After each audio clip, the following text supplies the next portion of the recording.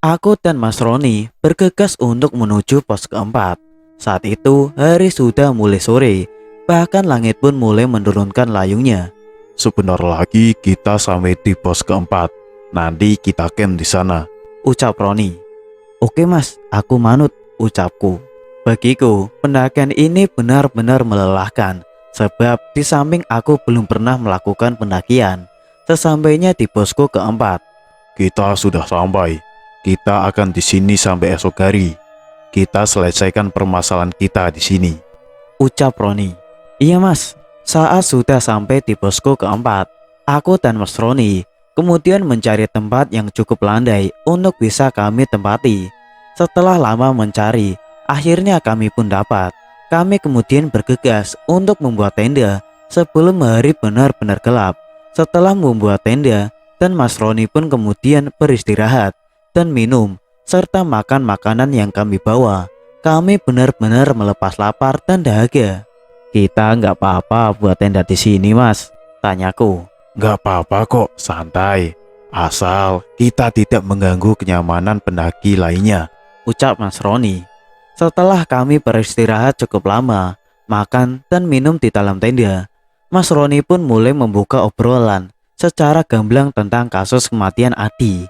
Bukan bercerita dengan untayan kata-kata, melainkan Mas Roni menggunakan kekuatannya untuk membuka mata batinku agar aku dapat melihat detail kejadiannya secara mandiri. Aku pun terheran-heran mengapa harus mata batin. Aku pun memberanikan diri untuk bertanya kepada Mas Roni. Memangnya Mas bisa melakukan itu? Tanyaku. Bisa. Banyak hal yang belum sempat aku beritahukan kepadamu. Ucap Mas Roni. Bisa mas ceritakan semuanya kepadaku, ucapku. Sebetulnya aku memiliki kelebihan, dapat melihat makhluk lain dan berkaitan dengan mimpi kamu itu. Aku sedikit tahu alasan di belakangnya, ucap Roni. Jadi secara tidak langsung, saat aku mengalami kejanggalan-kejanggalan selama pendakian ini, mas tahu semuanya, tanyaku. tentu saja. Hanya saja aku tidak ingin kamu menjadi takut saat mendaki sekarang, sehingga saya hanya bisa memberikan support kepada kamu, ucap Roni. Aku benar-benar kaget setelahnya. Ternyata bukan hanya aku seorang yang merasa janggal selama pendakian ini. Janggal akan makhluk-makhluk lain yang terus membersamai perjalanan kami berdua. Sebagai langkah awal untuk memberitahukanku detail kejadiannya melalui mata batin, Mas Roni mendekat ke arahku dan mulai meletakkan tangannya tepat di depan mataku. Setelahnya, aku mampu melihat dengan jelas kejadian Adi yang sudah berlalu hampir 5 tahun. Di sana, aku melihat wajah semangat dari Adi yang terus-menerus menjaga teman-temannya agar terus terjaga. Di sana, aku melihat Adi terperosok ke dalam sebuah jurang hingga terjatuh cukup dalam. Dia terbentur banyak bebatuan dan beberapa ranting pohon. Di sana, dia merintih kesakitan. Namun, di sana aku belum melihat alasan utama mengapa dia sampai terjatuh ke dalam jurang tersebut. Adi di sana terus-menerus minta tolong, namun seluruh teman-temannya tak mendengarnya. Sebab kejadian itu terjadi saat malam hari, di mana saat itu dia sedang buang air kecil sendirian. Setelahnya aku pun tersadar. Tanpa aku sadari, air mata menetes dari kelopak mataku. Terlebih lagi saat melihat Adi merintih kesakitan sembari meminta pertolongan teman-temannya. Namun tak ada satupun orang yang mendekat ke arahnya. Apa Adi benar-benar jatuh ke dalam jurang mas? Tanyaku. benar. Ucap Roni. Mengapa dia sampai terjatuh ke sana mas? Tanyaku. Mas Roni pun hanya diam setelah mendengar pertanyaanku. Di sini, emosiku benar-benar naik turun. Aku tidak bisa membayangkan jika berada di posisi sahabatku, Adi. Setelah terdiam cukup lama, Mas Roni pun kemudian membuka semuanya.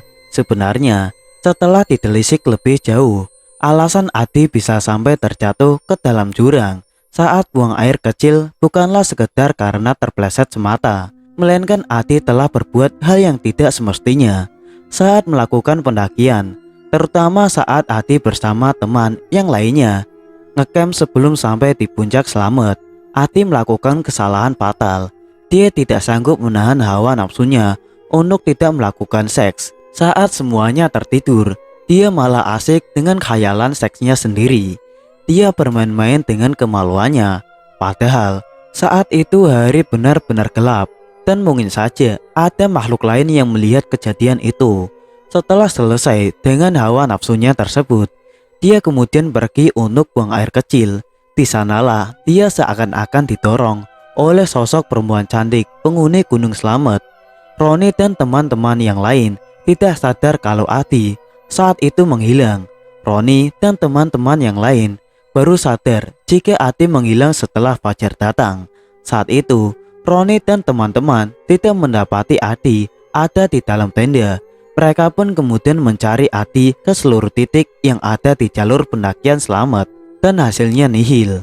Aku tidak menyangka jika kejadiannya sekompleks itu, Mas, ucapku. Aku juga baru tahu setelah mendapatkan bisikan dari makhluk yang membersamaiku. Aku mendapat bisikan saat sedang berusaha mencari keberadaan Adi. Namun aku tidak berani menceritakan detailnya kepada orang lain. Aku hanya tidak ingin rasa trauma membayangi teman-teman yang lain. Terlebih lagi saat melakukan pendakian, ada 2 anggota perempuan yang ikut mendaki bersama. Lalu selama 5 tahun ke belakang ini, kamu menyimpannya seorang diri, Mas? Tanyaku. Benar, dan sebetulnya bukan hanya kamu saja yang kerap kali mendapatkan mimpi buruk. Melainkan hal tersebut sudah aku alami 1 tahun ke belakang ini. Aku tidak bisa langsung ke sana tanpa alasan. Maka dari itu, aku dengan senang hati bersedia mendampingi kamu untuk sampai di puncak selamat. Ucap Roni.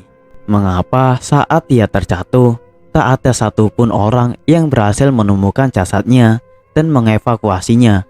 Tanyaku. Karena saat dilakukan pencarian, jasad Ati menghilang. Ucap Roni. Mas tidak bisa menerawang keberadaannya? Tanyaku. Sudah ku coba, nanti tak kunjung berhasil. Mungkin hal ini ada peran makhluk lain. Ucap Roni. Saya nggak nyangka, Mas, kalau kejadian Ati benar-benar tragis. Tapi semua itu terjadi karena ulahnya sendiri. Ucapku. Maka dari itu, saat kita berada di tempat yang tidak biasa kita pijaki, kita harus selalu berhati-hati dan harus selalu menjaga sikap dan juga ucapan agar makhluk lain tidak marah akan kehadiran kita. Ucap Roni. Lalu apa yang harus kita lakukan di sini? Tanyaku. Tentu kita harus mencari keberadaan Adi, entah meminta tolong makhluk gaib atau yang lainnya. Namun kamu tenang saja, saya sudah persiapkan segala sesuatunya. Ucap Roni. Mengapa Mas tidak ceritakan saja semua detail kejadiannya saat di rumah, sehingga kita tidak perlu sampai naik ke puncak selamat? Tanyaku. Karena kamu perlu tahu kejadiannya secara detail, dan kamu harus bisa membantu Adi secara langsung. Terlebih lagi, dia adalah sahabat baikmu. Ucap Roni. Kini aku benar-benar paham. Ternyata bukan hanya aku saja yang dihantui oleh arwah Adi, melainkan Mas Roni pun demikian. Bahkan ia jauh lebih lama, yaitu 1 tahun terakhir ini. Mungkin karena Mas Roni ikut serta dalam pendakian naas tersebut, dan dia memiliki indera keenam, sehingga arwah Adi terus-menerus menghantuinya. Meski demikian, Mas Roni tidak gegabah dengan mengambil langkah untuk datang seorang diri ke Gunung Slamet. Meskipun dia memiliki kelebihan, sepertinya dia memiliki feeling bahwa suatu saat nanti akan ada orang yang datang kepadanya dengan tujuan yang sama, yaitu mencari tahu arti dibalik bisikan arwah Ati yang terus-menerus datang menghantuinya. Karena terlalu fokus dengan kematian Ati, aku sampai tidak teringat bahwa saat ini aku sedang berada di Samarantu, pos keempat. Sependek yang aku ketahui bahwa pos Samarantu adalah pos yang paling menyeramkan. Namun anehnya, mengapa Mas Roni malah mengajak aku untuk ngecamp di sini? Bukannya menurut penuturan banyak orang, Samarantu itu artinya samar-samar melihat hantu. Maka tidak menutup kemungkinan bisa saja aku bertemu hantu di pos ini. Sedangkan aku tidak cukup berani jika melihat hantu secara langsung. Saat aku tersadar, aku pun kemudian langsung menanyakan kepada Mas Roni. Mas, kita kan di Samarantu, memangnya aman mas? Tanyaku. Memang kenapa, Gas? Kamu diganggu makhluk lain? Tanya Roni. Bukan mas, tapi menurut penuturan banyak orang, Samarantu itu gerbangnya alam gaib mas. Samarantu juga diartikan samar-samar melihat hantu. Memangnya aman jika kita ngecamp di sini? Tanyaku. Mengapa kita harus di sini? Karena kita harus bertemu dengan Adi. Ucap Mas Roni. Gimana caranya mas? Tanyaku. Aku sudah membawa amalan-amalan dari tetua di daerahku, dan dia mengatakan bahwa amalan tersebut dapat mengantarkan kita untuk bertemu dengan makhluk gaib, dan mungkin saja makhluk tersebut bisa mengantarkan kita untuk bertemu dengan Adi. Ucap Mas Roni. Bukannya kalau arwah yang sudah meninggal, arwahnya akan pergi ke alam barzah mas, dan tentunya jika kita berhasil bertemu dia di sini, dia bukanlah Adi, melainkan Jin Korun yang menyerupai Adi. Ucapku.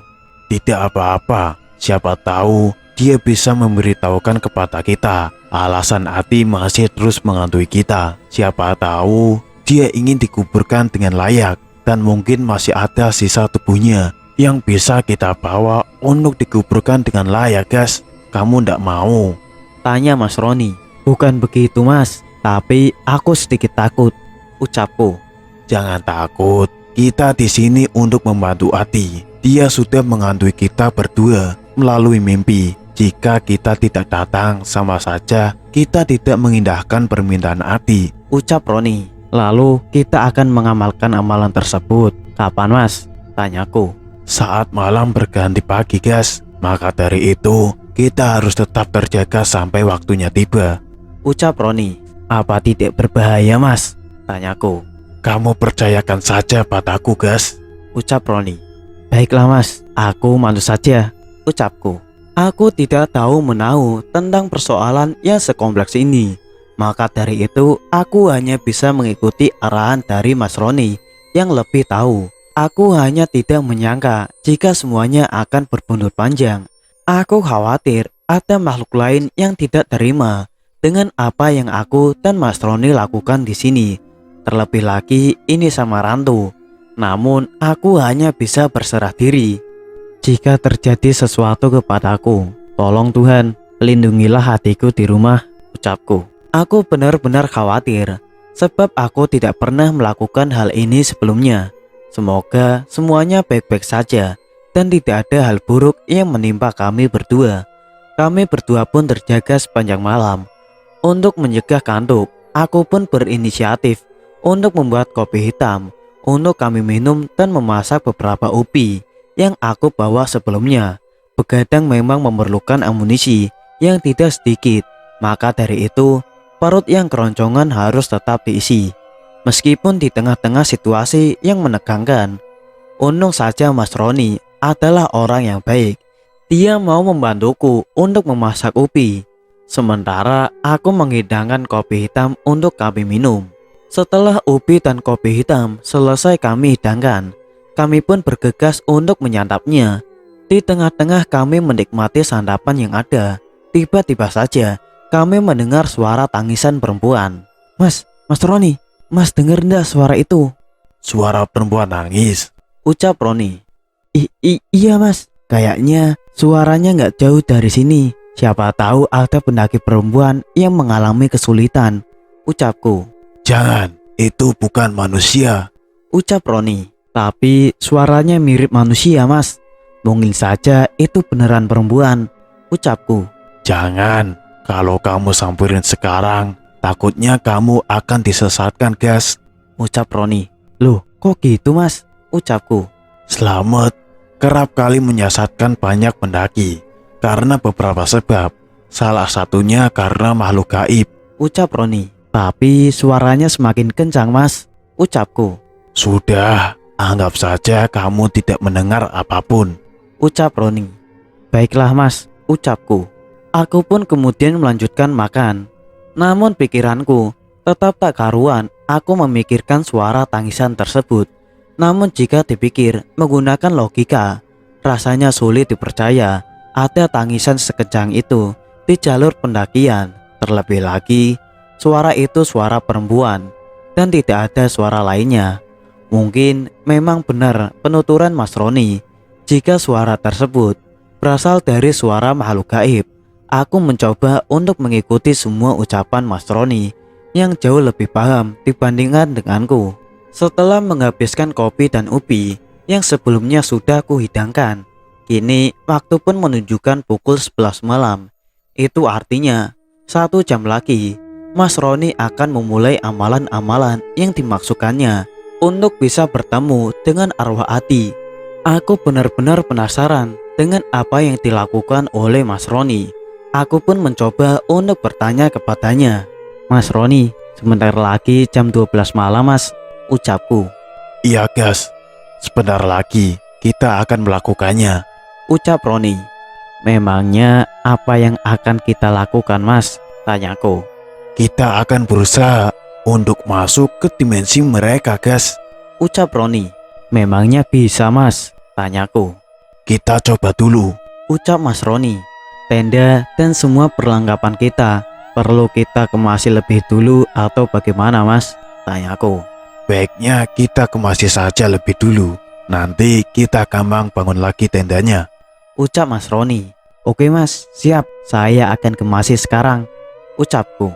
Karena waktu saat ini hampir menunjukkan pukul 12 malam, aku pun kemudian bergegas untuk membongkar tenda dan membereskan semua barang-barang yang kami punya. Mas Roni pun membantu proses pembongkaran tenda ini. Kini waktu pun menunjukkan pukul 12 malam. Setelah tenda dan perlengkapan lainnya selesai dirapikan dan dimasukkan kembali ke dalam keril, Mas Roni pun kemudian bergegas untuk mengajakku menuju ke suatu tempat. Aku pun mengikutinya tanpa bertanya panjang lebar tujuan tempat yang dimaksud. Mas Roni kemudian mengajakku menuju ke suatu tempat. Kami berjalan mengitari pos Samarantu hingga Mas Roni menemukan di mana titik yang menyerupai gerbang ke alam lain.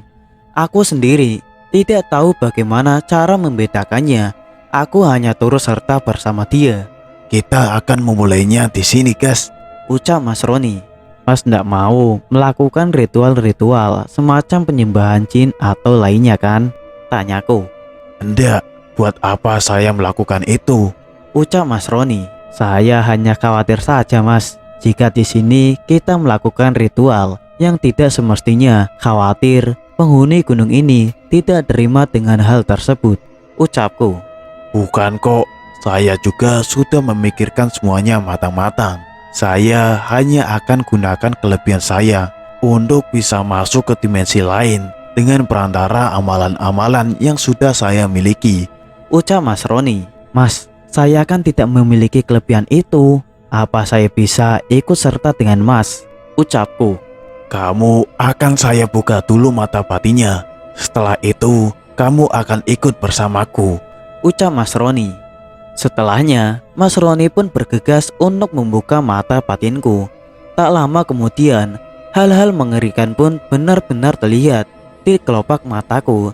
Banyak sekali penampakan makhluk gaib yang saya lihat di Gunung Slamet.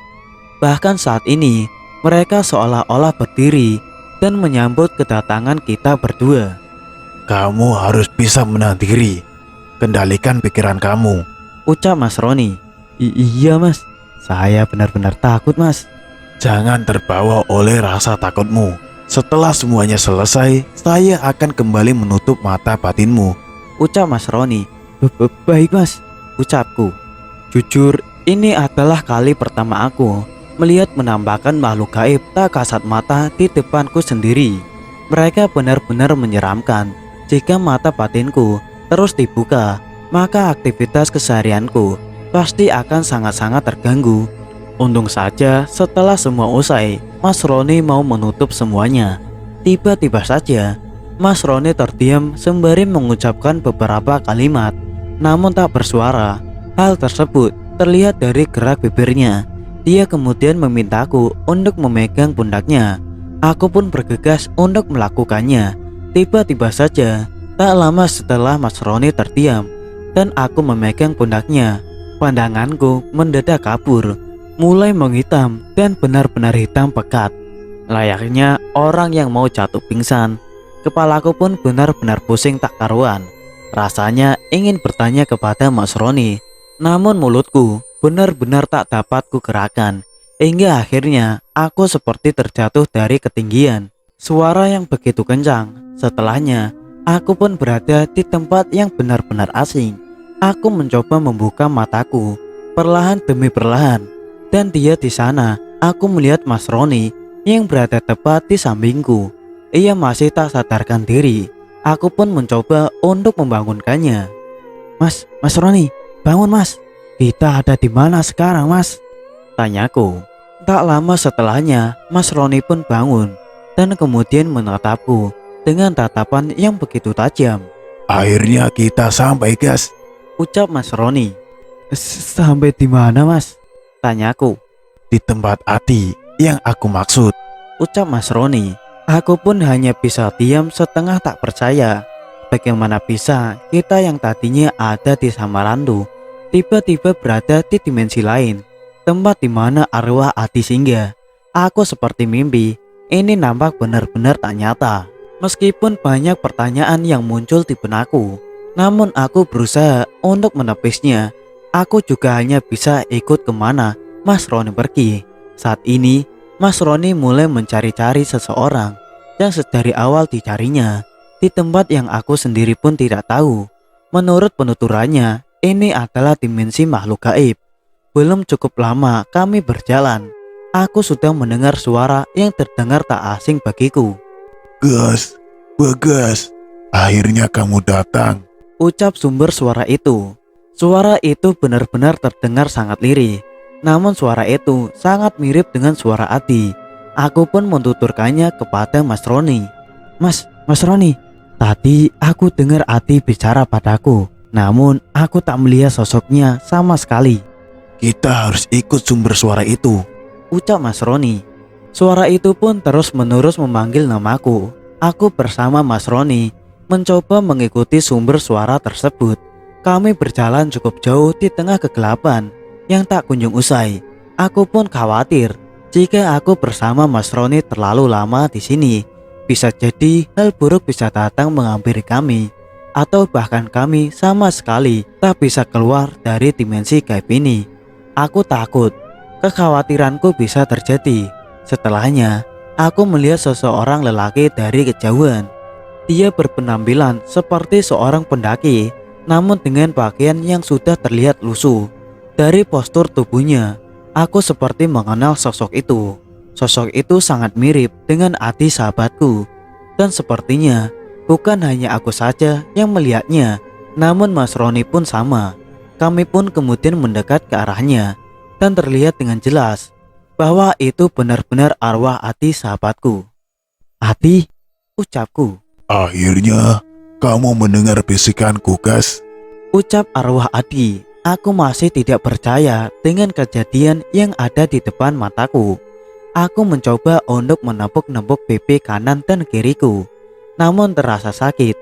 Itu tandanya kejadian ini benar-benar nyata, meskipun sangat sulit diterima oleh akal manusia. Kamu juga datang, Ron. Akhirnya kamu bisa bertemu denganku lagi, Ron. Ucap arwah Ati. Arwah Ati pun kemudian berbalik menghadap kami berdua. Aku melihat wajah pucatnya yang dipenuhi dengan luka. Ia benar-benar terlihat begitu tersiksa. Entah kejadian buruk apa yang sudah melewatinya. Mengapa kamu terus-menerus meminta kami untuk datang? Ucap Mas Roni. Sebab aku tidak ingin sendirian. Ucap arwah Ati. Tapi dunia kita sudah berbeda. Ucap Roni. Tapi aku belum mati. Ucap arwah Ati.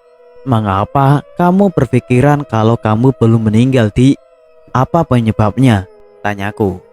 Setelah aku mengutarakan pertanyaan itu, Ati terlihat murung. Terlihat raut wajah sedih yang ditunjukkan oleh arwah Ati. Sepertinya sampai detik ini ia belum juga sadar jika ia sudah meninggal dalam waktu yang cukup lama. Aku seketika saja merasa sedih karena sampai detik ini dia belum sadar jika ia sudah lama meninggal. Mungkin dia berpikir bahwa ia hanya terluka, bukan sampai mengembuskan nyawa. Situasi ini benar-benar sulit. Di satu sisi, aku tidak tega melihat Ati yang belum menyadari bahwa dia sudah meninggal. Namun di sisi lain, Ati harus tahu bahwa dirinya sudah meninggal agar dia bisa tenang di alam sana. Dan aku harus menyadarkannya. Di, aku harus mengatakan yang sebenarnya, Di. Kamu sudah berbeda dengan dunia kami, Di. Kamu sudah lama meninggal. Ucapku sembari meneteskan air mata. Tidak mungkin, Gas. Aku belum meninggal. Ucap arwah Adi. Aku hanya bisa terdiam setelah mendengar harapan yang terus dilontarkan oleh Adi. Harapan tentang dirinya yang masih hidup. Namun nyatanya dia sudah sangat lama meninggalkan dunia ini. Meskipun jasadnya sampai detik ini belum ditemukan. Roni pun mencoba mendekati Adi baik-baik. Ia sendiri tidak begitu tahu pasti kejadian kematian Adi yang sesungguhnya. Sebab saat itu Adi pergi seorang diri dan terperosok ke dalam jurang. Ron, aku salah, Ron. Ucap Adi sembari menangis. Sepertinya ia mulai menyadari dan mengingat kembali kejadian malam itu. Nampak raut penyesalan tersirat di wajah lusuh Adi. Kenapa, Di? Kamu bisa ceritakan semuanya kepada kami. Ucap Roni. Aku sudah melakukan hal yang tidak senonoh. Saat kita melakukan pendakian kala itu, kamu pasti tahu apa yang aku perbuat, Ron. Tapi sungguh, aku benar-benar menyesal, Ron, karena aku tidak mampu menahan hawa nafsuku. Ucap arwah Adi. Kejadian di malam itu bagaimana, Ron? Sebab tak ada satupun dari kita yang tahu jika kamu pergi. Ucap Roni. Di malam itu, setelah selesai mengikuti hawa nafsu, aku ingin buang air kecil. Dan saat aku sampai di sebuah pohon besar, di sana aku melihat wanita yang benar-benar cantik parasnya, Ron. Aku pun mengikutinya, dan ternyata aku masuk ke dimensi yang aku sendiri pun tidak tahu, Ron. Perempuan itu terus menggodaku. Meskipun aku sadar akan adanya kejanggalan, namun aku tetap mengikutinya tanpa henti. Lagi-lagi, aku hanya mampu mengikuti hawa nafsuku semata. Aku pun kemudian tersesat di sana, sampai bayangan perempuan itu benar-benar hilang. Aku mencoba keluar dari dimensi itu, namun sangat sulit. Hingga aku terperosok ke dalam jurang, Ron. Aku masih hidup, aku hanya terjatuh dan tidak sadarkan diri. Ucap arwah Adi. Aku dan Roni hanya bisa menghela nafas panjang. Setelah mendengar pernyataan yang keluar dari mulut Adi, aku benar-benar tidak habis pikir dengannya.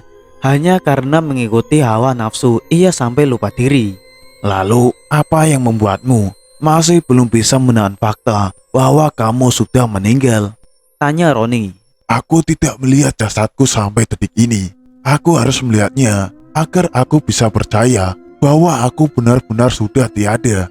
Ucap arwah Adi.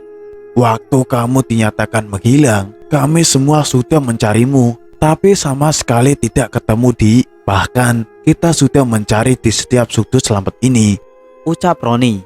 Ayo, ikut denganku. Ucap arwah Adi.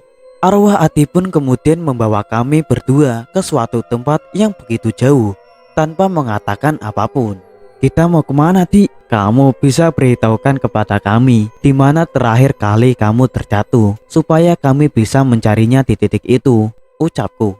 Arwah Adi sama sekali tidak menggubris ucapanku. Ia terus berjalan tanpa henti. Sementara aku dan Mas Roni hanya mampu mengikuti jejak langkahnya tersebut. Mas, kita mau dibawa kemana? Tanyaku ke Mas Roni. Sepertinya Adi akan bawa kita ke tempat terakhir dia terjatuh. Ucap Mas Roni. Tapi apa ini nggak berbahaya, Mas? Tanyaku. Sudah, ikuti saja dia. Ucap Mas Roni. Apa tidak sebaiknya kita tidak mencampuri urusan Adi, sebab dia sudah berbeda alam dengan kita? Ucapku. Niat kamu kemari kan untuk mencari tahu semua hal tentang kematian Adi. Masa kamu tidak mau juga membantu dia? Ucap Mas Roni. Betul sih, tapi aku takut, Mas. Ucapku. Buang jauh-jauh rasa takut kamu itu. Ucap Mas Roni. Aku pun hanya bisa terdiam sembari terus mengikuti Adi dari arah belakang. Begitupun dengan Mas Roni. Setelah kami lelah berjalan, Akhirnya kami pun sampai di sebuah tempat yang berbatasan langsung dengan jurang. Aku pun mulai berpikir bahwa tempat yang ditunjukkan oleh arwah Ati adalah tempat di mana ia terjatuh dan mengubuskan nafas terakhirnya. Arwah Ati pun mulai membuka cerita persis di tempat yang ia tunjukkan kepada kami berdua. Di tempat ini aku terjatuh, aku terluka, dan tak sadarkan diri. Ucap arwah Ati. Tapi saat tim SAR melakukan pencarian ke tempat ini, tidak ditemukan jasad kamu, Di. Ucap Roni. Aku ditekap olehnya, Ron. Ucap arwah Ati. Didekap oleh siapa? Tanyaku. Oleh perempuan itu, gas. Ucap arwah Ati sembari meneteskan air mata. Apakah sekarang dia sudah melepaskanmu? Tanya Roni. Kuharap sudah, Ron, agar kalian juga bisa menjumpai jasadku di alam manusia jika benar-benar aku sudah tiada. Ucap arwah Ati. Baiklah, Di, aku dan Bagas akan segera temukan jasadmu. Meskipun sisa tulang belulang, aku ingin kamu tenang di alam sana. Ucap Roni. Tapi apa benar aku sudah mati, Ron? Gas. Tanya Ati sembari meneteskan air mata. Memang sulit jika harus mengatakan sebenarnya. Namun, kenyataan tidak selamanya manis, gas. Ucapku. Meskipun kita sudah berbeda alam, namun kamu akan tetap menjadi sahabat kami berdua. Ucap Roni. Betul, Di. Suatu saat nanti kita akan bertemu lagi. Kamu harus tenang di sana ya. Kasihan mama dan bapak kamu jika tahu kamu belum tenang di alam sana. Ucapku. Ia merasa memiliki banyak kesalahan lampau dan belum sempat memohon maaf kepada kedua orang tuanya tersebut. Hingga di hari terakhir dia hidup di dunia ini, selain ia ingin dikuburkan secara layak, ia pun juga ingin bertemu dan memohon maaf kepada kedua orang tuanya tersebut. Gas, boleh sampaikan pesanku untuk bapak dan ibuku di rumah. Ucap arwah Ati. Tentu boleh. Ucapku. Sampaikan maafku dari hati ya, yang paling dalam kepada mereka. Maaf karena aku tak kunjung pulang, dan ucapkan kepada mereka agar mereka selalu hidup bahagia, gas. Ucap arwah Ati. Sepulang dari selamat, aku akan sampaikan semua pesanmu untuk bapak dan ibu di rumah. Ucapku. Saat aku mengatakan hal tersebut, aku pun teringat akan perkataan arwah Ati di dalam mimpiku yang mengatakan bahwa bapak dan ibuku ada di sini. Di, bolehkah aku bertanya? Ucapku. Tentu boleh. Ucap arwah Ati. Waktu kamu datang ke mimpiku, kamu mengatakan bahwa bapak dan ibuku ada di sini. Apa benar? Tanyaku. Maafkan aku, gas. Aku hanya memanfaatkan nama mereka untuk memaksa kamu datang ke sini. Aku tidak bermaksud jahat kepadamu. Ucap arwah Ati. Ada rasa kecewa setelah Ati mengatakan hal tersebut. Namun di sisi lain, saat ini yang sedang mengalami kesulitan adalah Ati. Mungkin memang dia harus berbohong terlebih dulu kepadaku agar aku mau datang. Ya sudah, tak apa, Di. Aku sudah ikhlas dengan kepergian bapak dan ibuku. Ucapku. Ati pun nampak menyesal karena telah memanfaatkan kesedihan Bagas demi keuntungan hidupnya sendiri. Ati tidak menyangka jika kebohongan tersebut berdampak buruk kepada psikisku. Namun aku mencoba memaklumi situasi yang sedang dihadapi oleh sahabatku, Ati. Setelah mengetahui posisi terakhir Ati sebelum meninggal, aku dan Roni mulai membuat rencana untuk melakukan proses evakuasi. Akan tetapi, satu hal yang harus kita lakukan lebih dulu, yaitu aku dan Roni harus bisa keluar dari dimensi dunia lain ini. Sebab jika kita terlalu lama di tempat yang tidak semestinya, kita berdua tidak akan mungkin bisa keluar dari sini. Kita harus segera keluar, gas. Ucap Roni. Kita harus pamit dulu kepada Adi. Ucapku. Kita sudah tidak punya banyak waktu, gas. Kita harus segera. Ucap Roni. Ya sudah, ayo mas, kita harus bergegas. Ucapku. Aku pun kemudian berlari untuk mencari titik di mana awal kita masuk ke dalam dimensi ini. Sementara Mas Roni terus-menerus meraba agar titik awal itu segera ketemu. Kami sudah berputar-putar cukup lama, namun tak kunjung menemukan jalan. Tiba-tiba saat kami merasa kebingungan, Ati pun muncul tepat di hadapan kami. Ia pun kemudian memberikan kami petunjuk jalan keluar yang benar. Kalian harus segera keluar. Di ujung pohon, keluarlah sembari memejamkan mata. Ucap arwah Adi. Terima kasih Dik, aku akan segera menemukan jasadmu dan tenanglah kamu di surga, ucapku. Ayo gas, segera. Ucap Mas Roni. Kami berdua pun kemudian berlari menuju ujung pohon yang dimaksud oleh Adi, sembari memejamkan mata. Tak lama setelahnya, kami pun kembali ke posko Samarandu. Ternyata di sana sudah banyak pendaki yang sedang melakukan pendakian. Mereka bahkan merasa kaget dengan kemunculan kami yang tiba-tiba. Kalian dari mana? Kok tiba-tiba muncul di Samarandu? Tanya salah seorang pendaki. Saat itu hari memang sudah cerah. Kami sendiri bingung. Saat itu sudah pukul berapa? Kami pun hanya bisa menjawab pertanyaan dari pendaki tersebut sekedarnya. Kami tersesat mas, ucapku mengalihkan jawaban yang sesungguhnya. Bukannya kalian pendaki yang dinyatakan hilang 4 hari lalu. Wajah kalian sangat mirip dengan yang ada di papan pengumuman, ucap pendaki tersebut. Aku dan Mas Roni benar-benar syok akan ucapan dari pendaki tersebut. Sebab kami merasa bahwa kami tidak lama berada di dunia Adi. Tapi mengapa kali dinyatakan hilang selama 4 hari? Hal ini benar-benar membuat kami berdua merasa kebingungan. Kami segera turun mas, supaya tim pencari bisa menghentikan pencariannya untuk kami. Terima kasih mas untuk informasinya, ucap Mas Roni. Kami berdua pun bergegas untuk turun dari posko Samarandu. Tak butuh waktu lama untuk akhirnya sampai di Samarandu. Padahal saat naik ke atas perjalanan kami cukup lama. Namun anehnya, saat turun kami benar-benar hanya membutuhkan waktu yang sebentar. Saat kami sampai di posko pendaftaran, para petugas di sana pun merasa syok akan kedatangan kami. Sebab menurut penuturan mereka, pencarian terhadap kami sudah dilakukan selama 3 hari ke belakang, namun tak kunjung membuahkan hasil. Kami pun akhirnya menceritakan semua kronologis kejadiannya. Kami juga meminta bantuan kepada mereka untuk mengevakuasi jasad Adi yang sudah hilang 5 tahun lalu. Kami berdua pun tetap ikut proses evakuasi tersebut tanpa adanya rasa lelah. Setelah kami berdua menunjukkan tempat yang sesuai dengan yang ditunjukkan oleh Adi, akhirnya jasad Adi pun berhasil ditemukan dan hanya tersisa tulang belulang yang sudah mulai keropos. Tim pencari pun langsung mengevakuasi dan memasukkan jasad tersebut ke dalam kantong jenazah untuk kemudian dibawa ke rumah sakit sebagai bahan otopsi untuk memastikan bahwa jasad tersebut benar-benar milik Adi. Setelah semua proses usai, ternyata benar jasad itu benar-benar jasad Adi. Kami berdua pun kemudian memberitahukan perihal ini kepada bapak dan ibu Adi. Mereka nampak syok, namun terlihat kelegaan dari wajah mereka. Tak lupa, kami pun menyampaikan pesan yang diberikan oleh Adi kepada kedua orang tuanya tersebut.